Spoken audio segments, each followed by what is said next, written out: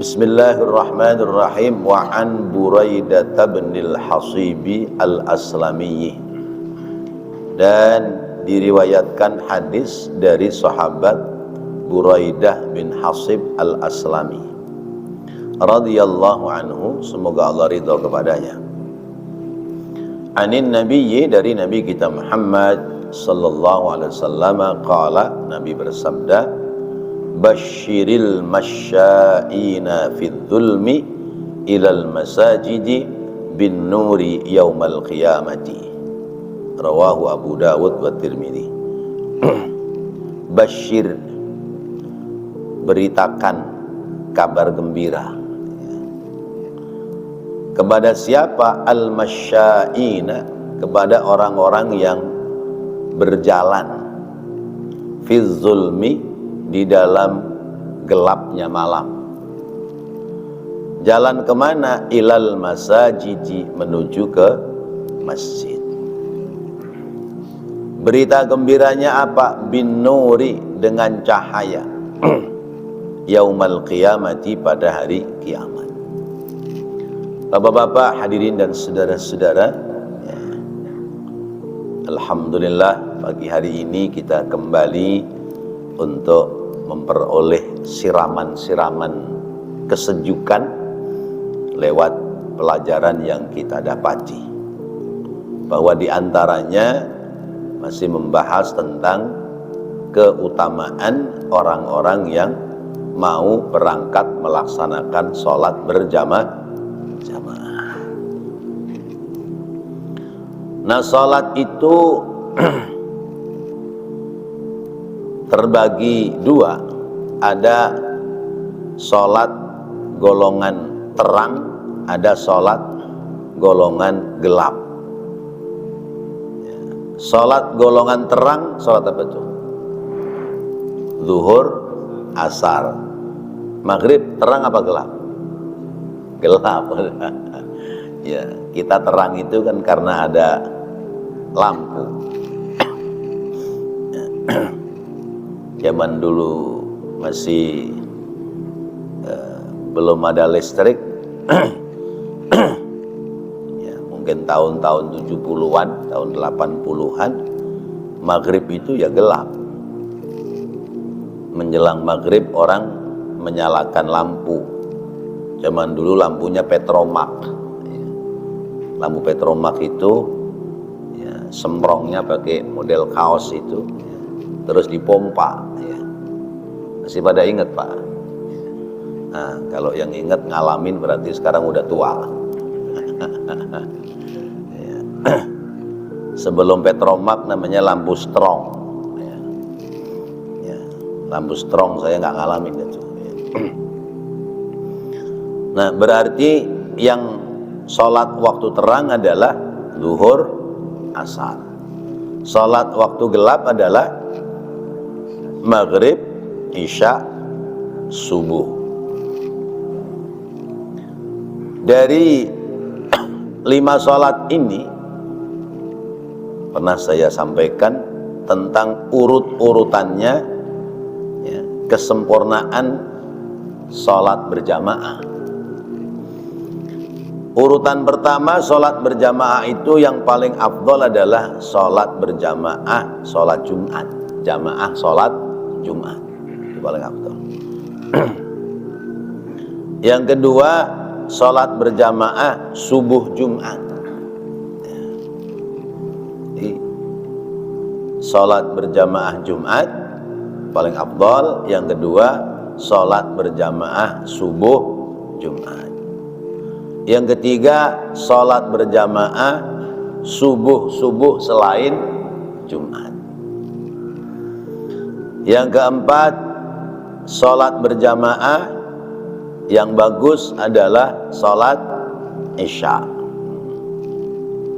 Yang kelima, sholat asar.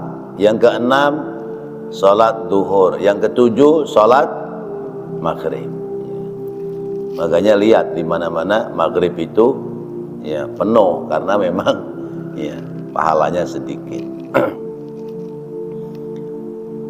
Tapi maghrib kan sudah masuk sholat yang gelap, betul. Tapi gelapnya maghrib ya, lain dengan gelapnya isya atau gelapnya subuh. Sampai-sampai Rasulullah menjelaskan ya, seandainya umatku tahu apa-apa yang ada pada ya, jamaah isya atau subuh, maka mereka akan berangkat ke masjid sekalipun jalannya merangkak. Ada satu riwayat orang ini tertinggal sholat isya sebab melayani tamu. Karena dia melayani tamu, biarin deh ntar isyaknya ya agak telatan dikit, masa nggak ketemu berjamaah gitu. Begitu tamu pamit pulang, dia berangkat ke Masjid Al-Amaliyah, jamaah sholat isya udah bubar. Dia lari lagi ke masjid yang terdekat. Masjid apa nih yang terdekat di sini? Ar-Ridho. Orang Ar-Ridho sudah bubar. Ya. Cari lagi masjid satu lagi. Mujahidin udah bubar juga. Biarin dah, kali musola ada yang belum bubar. Ya. Cari musola. Musola apa yang dekat sini? Istiqomah udah bubar. Terus musola apa lagi tuh? Udah bubar. Ya. Ya. Udah pada bubar. Ya. Bahkan masjidnya udah pada gelap. Ya. Udah ditutup. Akhirnya dia sholat isya sendiri di rumah sebanyak 27 kali sholat. Nambal sebab dia tertinggal sholat isya berjamaah. Bayangkan 27 kali berapa rakaat? Kali 4 rakaat berapa ada tuh? Ya. Sebab penyesalan dia tertinggal sholat isya. Kita pernah nggak begitu? Ketinggalan sholat isya jamaah, sholat isyanya 2 kali gitu. Nggak usah 27 kali, 2 kali aja. Belum pernah kita. Sesudah itu dia tidur mimpi. Dia tidur mimpi, kalau zaman sekarang ya naik motor lah. Zaman dulu naik kuda atau naik mobil. Zaman dulu naik kuda. Dia naik kuda, itu dia tertinggal dari rombongan. Dia pacu kudanya sekencang-kencangnya, tetap tertinggal dari rombongan. Dipacu lagi, tertinggal lagi. Akhirnya ada satu rombongan yang mundur. Satu rombongan mundur. Ngomong, payah kuda ente gitu. Kagak bisa ngejar kita orang. Iya ini, padahal sudah saya pacu sekencang-kencangnya. Kata yang mundur itu, ini masalahnya bukan kepayahan kuda ente, tapi karena ente tadi telat sholat isya berjamaah. Padahal sudah dibayar 27 kali sholat isya. Jadi kalau kita sering tidak berjamaah, kita akan semakin tertinggal jauh dengan teman-teman kita yang sering sholat berjamaah. Kayak iklannya siapa? Rossi itu ya. Iya, semakin semakin cepat, semakin di depan semakin cepat. Ya, lawan semakin tertinggal jauh.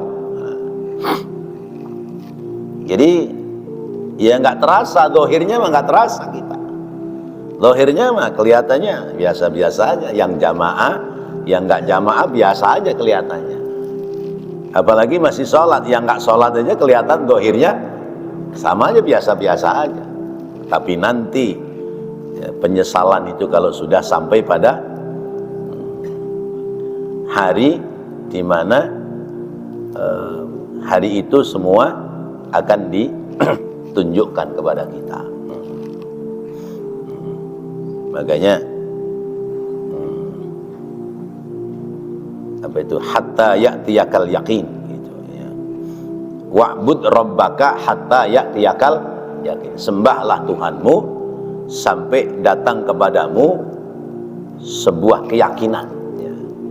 Nah, keyakinan itu kapan? Kalau sudah mati baru yakin dan percaya. Kalau masih hidup mah biasa aja kali ya. Buktinya yang sholat yang nggak sholat bodoh aja, sama aja gitu. Tapi nanti begitu meninggal dunia baru sadar, oh ternyata seperti ini ganjarannya. Balik lagi ke dunia sudah nggak bisa. Nah, orang-orang yang rajin ya, mendatangi tempat-tempat sholat ya, lalu kemudian pada waktu-waktu gelap sekalipun tetap berangkat mendatangi tempat sholat, maka diberikan kabar gembira oleh Allah besok di hari kiamat, yaitu akan mendapati cahaya ya. Nurun yas'alahu, cahaya yang akan menerangi pada dirinya ya. Sementara yang namanya di negeri akhirat ya, itu nanti semua akan dipisah ya. Akan dipisah sesuai dengan kelompoknya masing-masing. Di surat Yasin apa itu sebutannya? Wamtazul yauma ayyuhal mujrimun ya. Ya. Menyingkirlah kalian pada hari ini, wahai orang-orang yang berlumur dosa. Al-mujrim ya. Al-mujrim, orang yang berlumur dosa ya. Menyingkirlah, berpisahlah kalian, misah, nggak boleh di situ, nggak boleh di situ ya. Jadi itulah saatnya perpisahan antara orang baik dengan orang tidak baik. Saatnya perpisahan orang ahli ibadah dengan orang ahli maksiat ya. Sebelumnya pada ngumpul bareng ya. Di dunia ngumpul bareng, tinggal se-RT ya. Tinggal se-RT. Satu RT ada orang baiknya nggak? Ada, banyak. Ada orang nggak baiknya nggak? Ada. Tinggal se-RT ya. Ya. Kalau waktu kumpulan arisan ya ngumpul bareng ya. Kerja bakti ya ngumpul bareng ya. Yang baik di situ, yang nggak baik juga di situ. Se-RT, se-RW, sekelurahan, sekampung ya. Nah, nanti kalau mati ngumpul lagi nggak tuh di kuburan? Ya.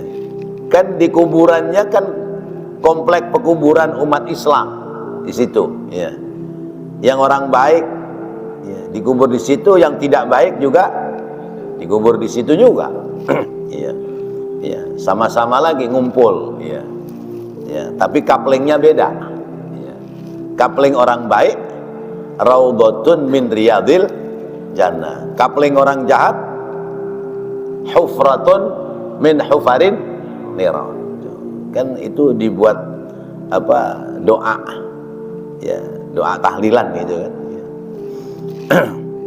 Yang satu rumahnya taman surga, yang satu emper-emper dari neraka ya. Tapi masih ngumpul juga di situ. Nanti di padang mahsyar masih ngumpul lagi. Tapi ketika sudah sampai pada mizan hisab ya, mizan hisab sirat, udah wamtazul yauma ayyuhal mujrimun, ayo misah ya. Nah, dari mana itu ketahuan dia baik atau dia tidak baik? Adalah nurun yas'alahu, cahaya yang menyinari pada mereka. Orang-orang mukmin, orang-orang baik, orang-orang ahli ibadah, cahayanya menyinari. Apalagi kemudian dia ahli ibadah yang ibadahnya selalu berjamaah. Karena umat ini akan dikenali fi wujuhihim min atharis sujud, ya. Pada wajah-wajah mereka terdapat tanda-tanda bekas sujud, tanda-tanda disiram oleh air wudhu.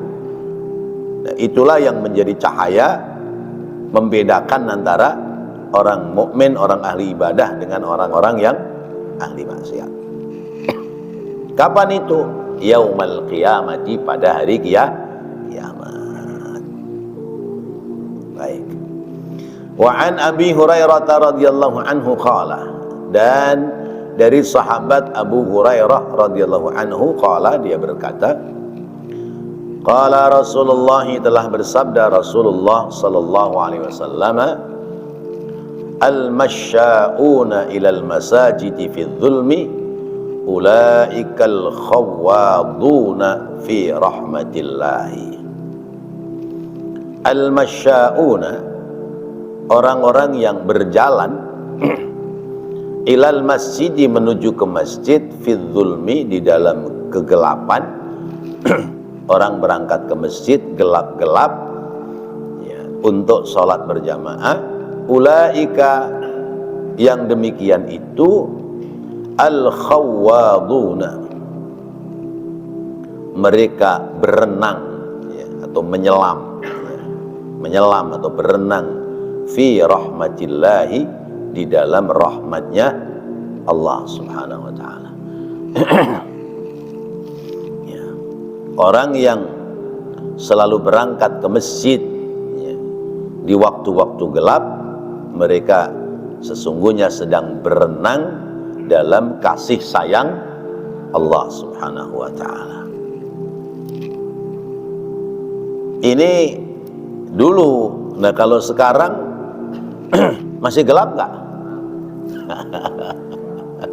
Udah terang. Dulu emang iya, dulu belum ada penerangan lampu.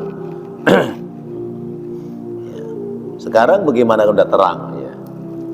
Tetap saja bahwa makna di kegelapan itu artinya sholat-sholat yang dikerjakan malam hari.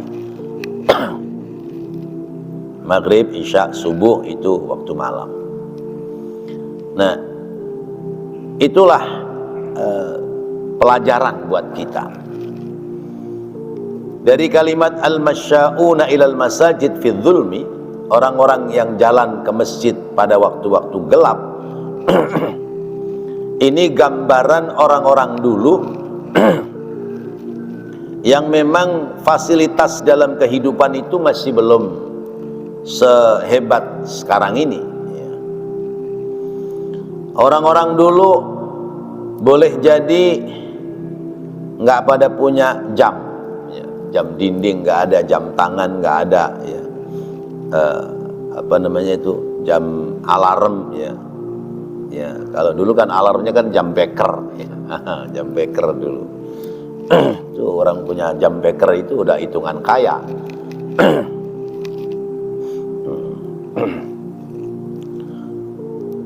Terus lampunya gelap, ya, penerangannya belum sempurna, fasilitasnya masih nggak bagus.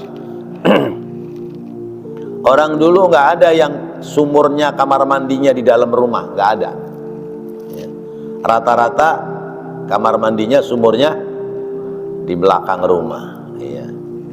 Jalanannya masih becek, belum ada konblok, belum ada plester, lagi keramik, belum ada, ya. Ya.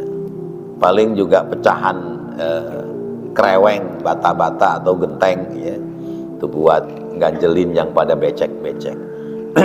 Sumurnya masih sumur tradisional. Kalau lamaan dikit ya pakai sumur senggot, ya, yang tuaan ya. Zaman dulu sumur senggot, tahu Pak sumur senggot? Iya. Patok kayu, ya, bambu panjang, sininya dibandulin batu, ya sini bambunya sambung lagi ke timba, ya timba namanya dulu, ember, baru cemplungin tuh ke sumur. Ya.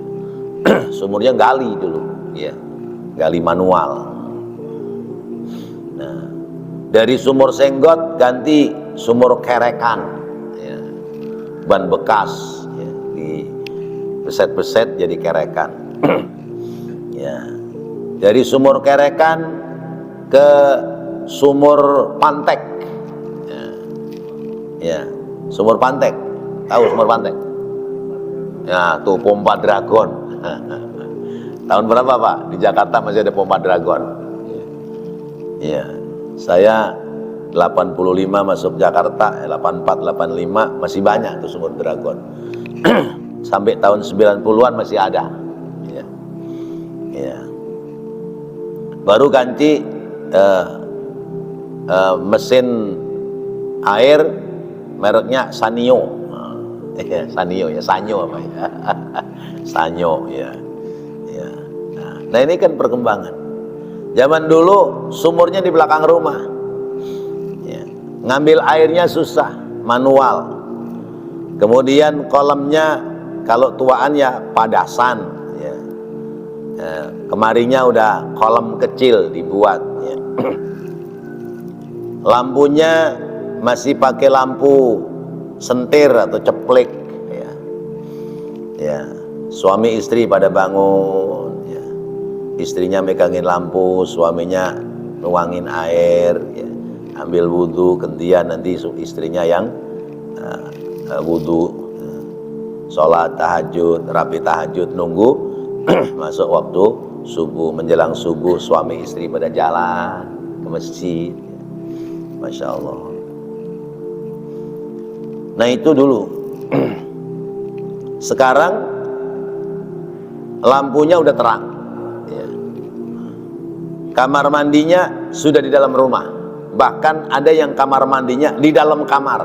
Ya. Ya. Tapi pada bangun nggak tuh kira-kira subuhnya jalan ke masjid? Ya, ya Allah. Jadi ada yang mengistilahkan, ya, dunianya gelap, tapi hatinya terang. Maka berangkat ibadah. Tapi ada orang yang dunianya terang, cuman hatinya yang gelap, jadi nggak berangkat ibadah. Lah inilah problem. Ya.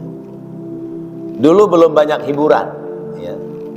Habis sisa rapi ya, udah tidur. Ya. Jadi bangunnya bisa lebih awal. Maka wajar kalau orang dulu anaknya banyak. Ya.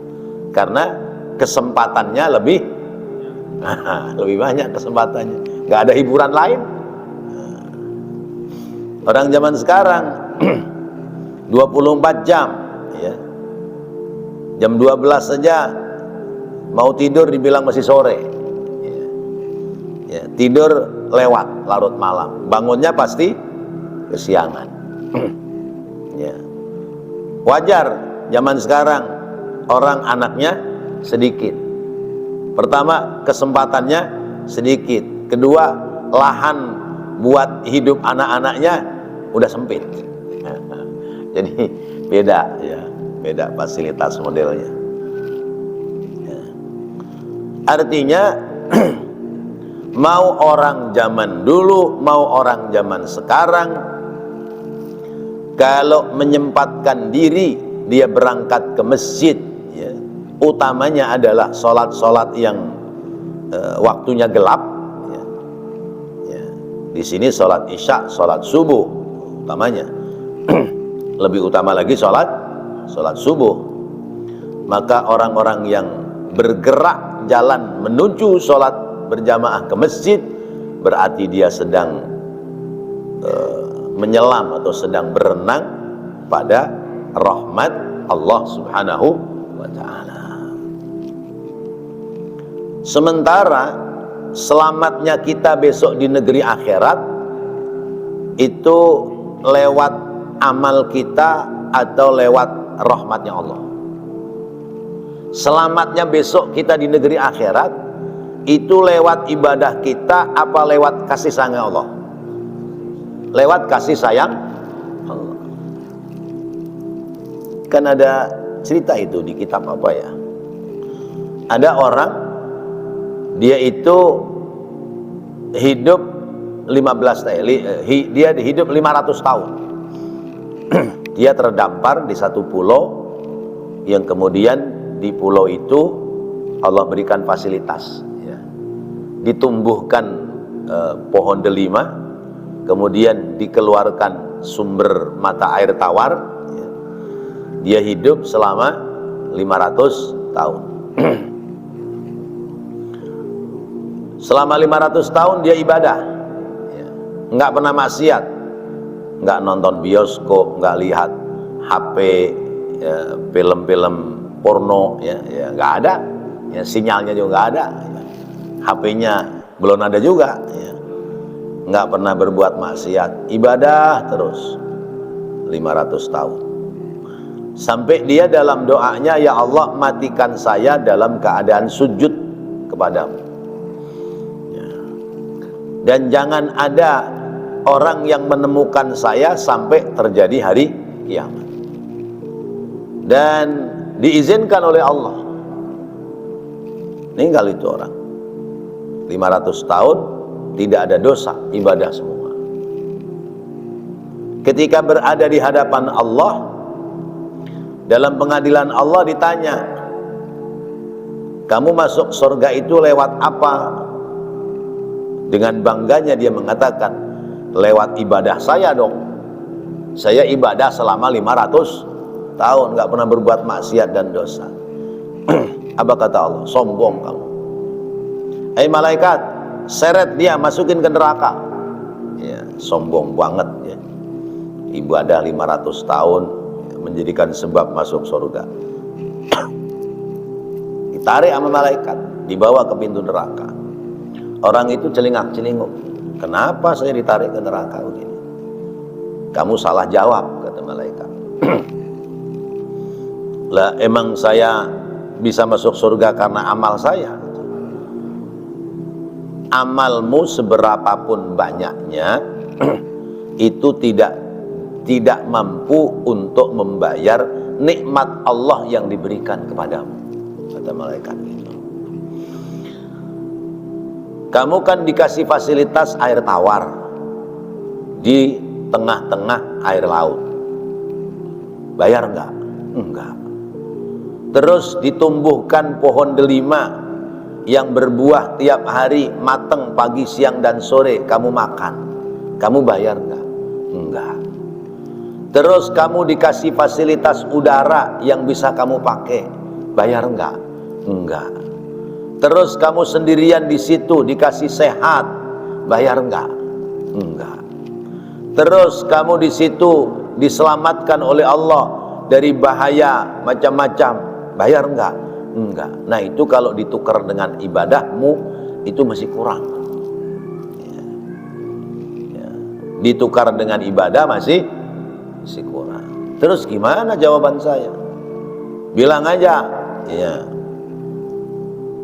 Sebab apa kamu masuk surga? Sebab rahmatnya Allah, sebab kasih sayang Allah SWT. Udah, dibawa balik lagi, ditanya lagi oleh Allah, dengan sebab apa kamu masuk surga? Jawabannya masuk surga lewat pintu rahmat Allah Subhanahu wa ta'ala, ya. Sehingga kata Rasulullah begitu, innakum la tadkhulunal jannata illa birahmatillah. Sesungguhnya kalian tidak akan ada yang masuk ke dalam surga kecuali lewat pintu rahmat Allah Subhanahu wa ta'ala. Sampai ada sahabat yang lain, apakah termasuk engkau ya Rasulullah? Ya. Karena rendah hatinya Rasulullah, tawaduknya Rasulullah, jawabannya iya. Iya.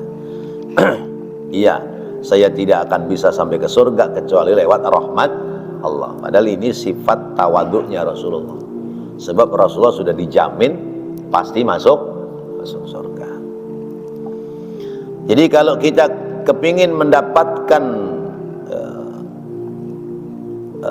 rahmatnya Allah, ingin mendapatkan berenang dalam rahmatnya Allah, jangan tinggalkan untuk selalu sholat berjamaah, utamanya sholat-sholat yang dikerjakan malam hari.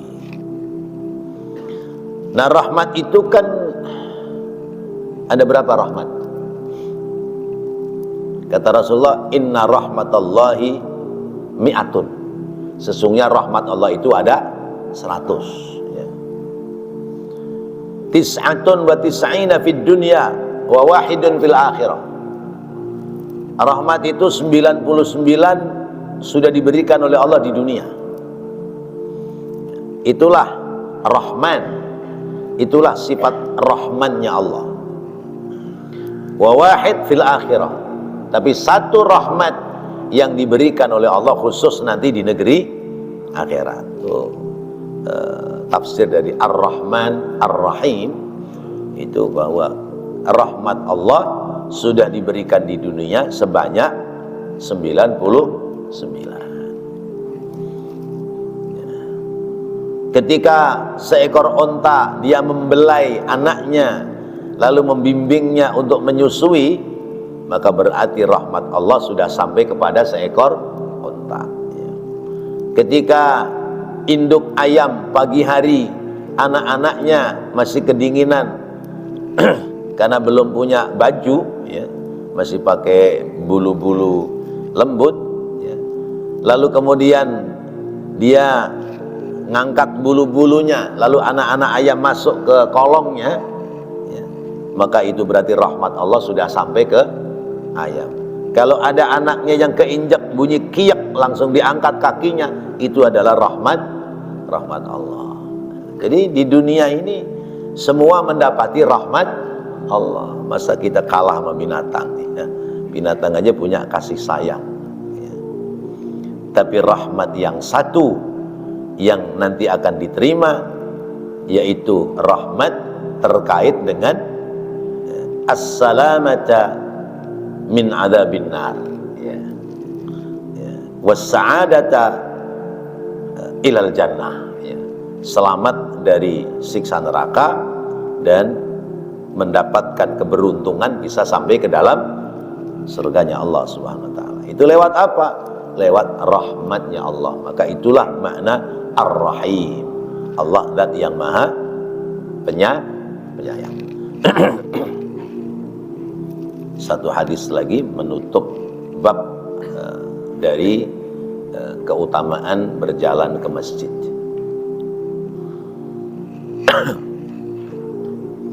Wa an Sahal bin Sa'ad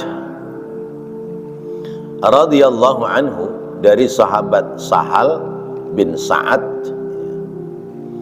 radhiyallahu anhu, semoga Allah ridho kepadanya, qala, dia berkata, qala Rasulullah, telah bersabda Rasulullah sallallahu alaihi wasallam, la yubashsharil masya'una, la yubashsharil masya'una, basyara yubashsharu, bisa yubashshiru,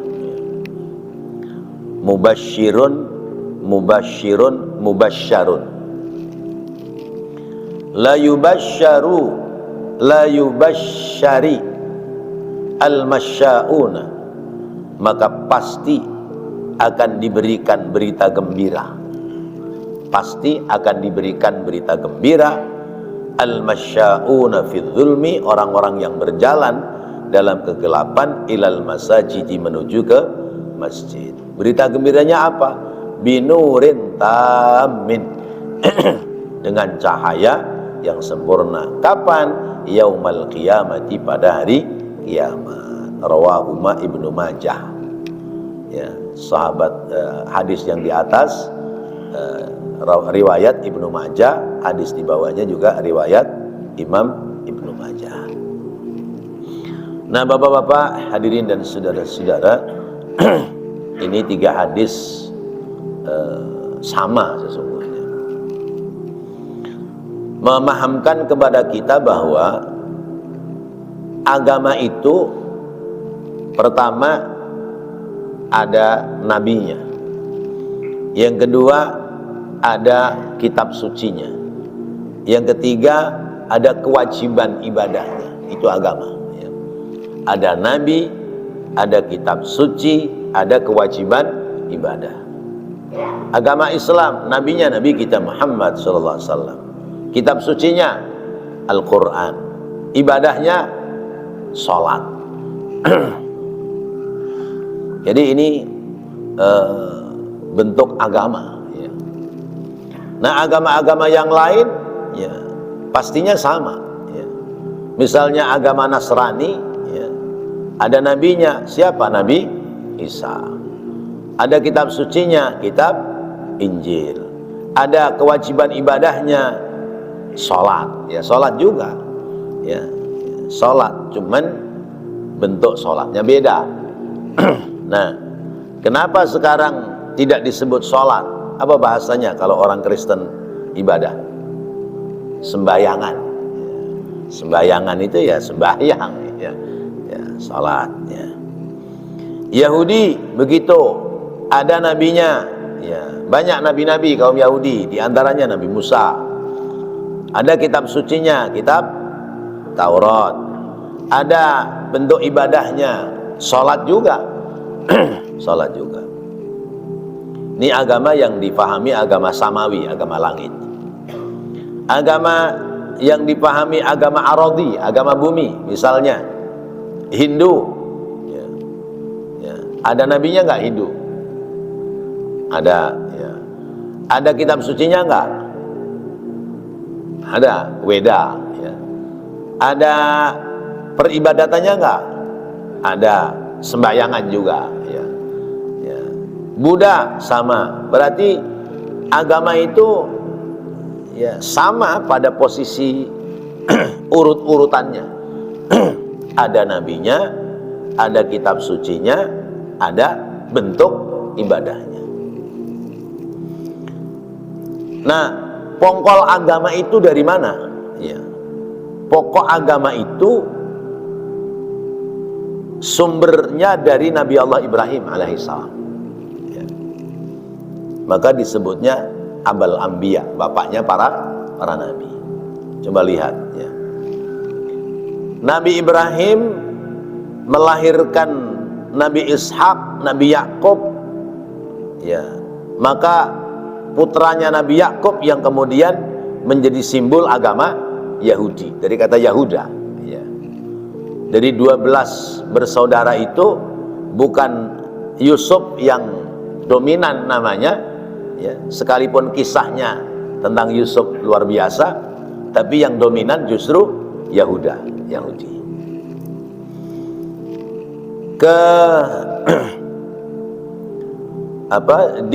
Di kalangan Yahudi itu Nabi Ibrahim menjadi Abraham ya. Istrinya namanya Sarah, jadi Sarah. Kemudian ke agama Nasrani ya. Ya. Nasrani juga mengklaim bahwa Nabi Ibrahim itu adalah ya, cikal bakal dari agama mereka ya. Bahkan diyakini oleh orang-orang Nasrani bahwa Ibrahim itu agamanya Nasrani. Orang Yahudi meyakini bahwa Ibrahim agamanya Yahudi. Maka dibantah oleh Al-Quran, maka Ibrahimu Yahudiyan wala Nasraniyan walakin kana hanifan musliman. Nabi Ibrahim bukan Yahudi, bukan Nasrani, karena Yahudi Nasrani itu muncul sesudah wafatnya Nabi Ibrahim.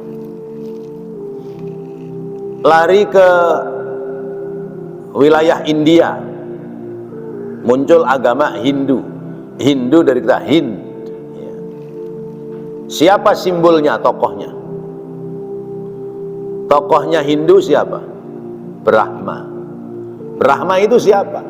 Ibrahima ya. Ya.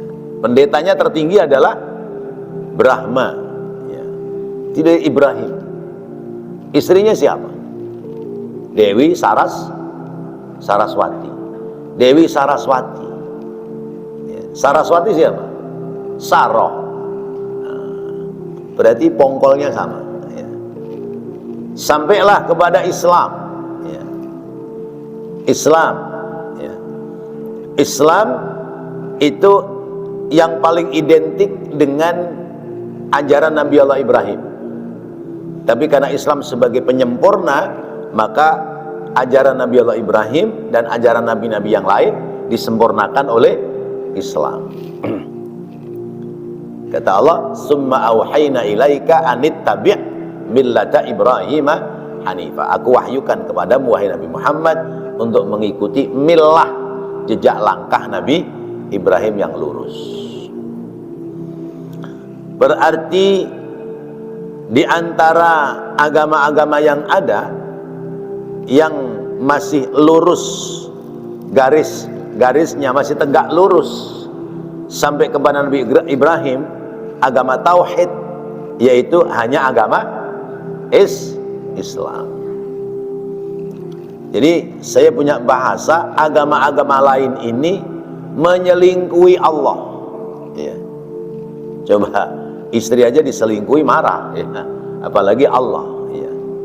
Selingkuh dengan Allah, itulah yang disebut dengan perilaku perbuatan musyrik. Yahudi mengangkat anak Tuhan, ya.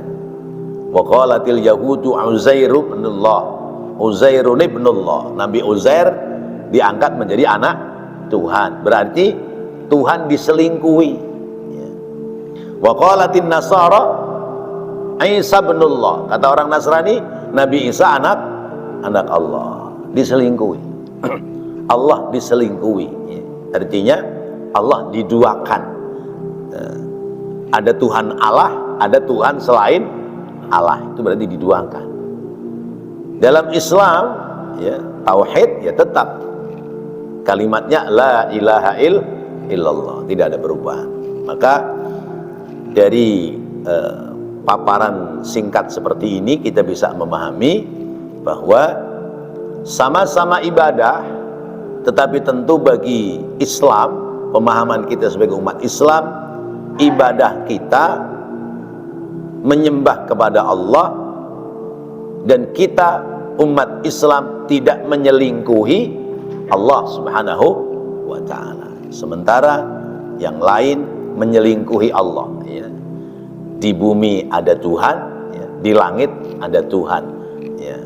Memang di Quran juga ada, ya, ya. Fis sama'i ilahun wa fil ardi ilahun. Di langit ada Tuhan, di bumi ada Tuhan, ya. Tapi maksudnya langit ada yang merawat Tuhan, bumi ada yang merawat Tuhan. Tuhannya satu, ya. Tuhan penguasa langit dan bumi.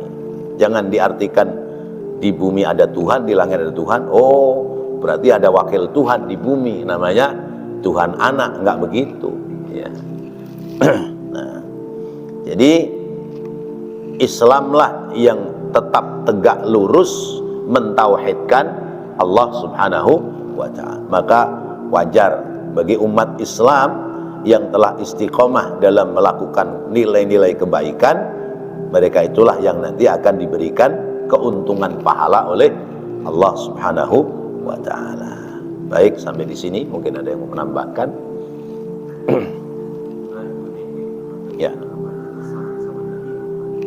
Ya.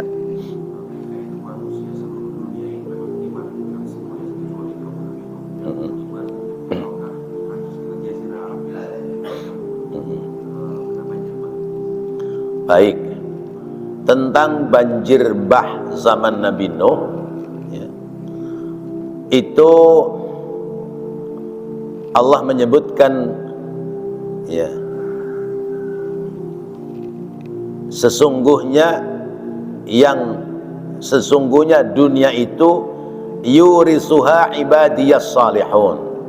Sesungguhnya dunia ini yang berhak memiliki adalah hamba-hambaku yang soleh.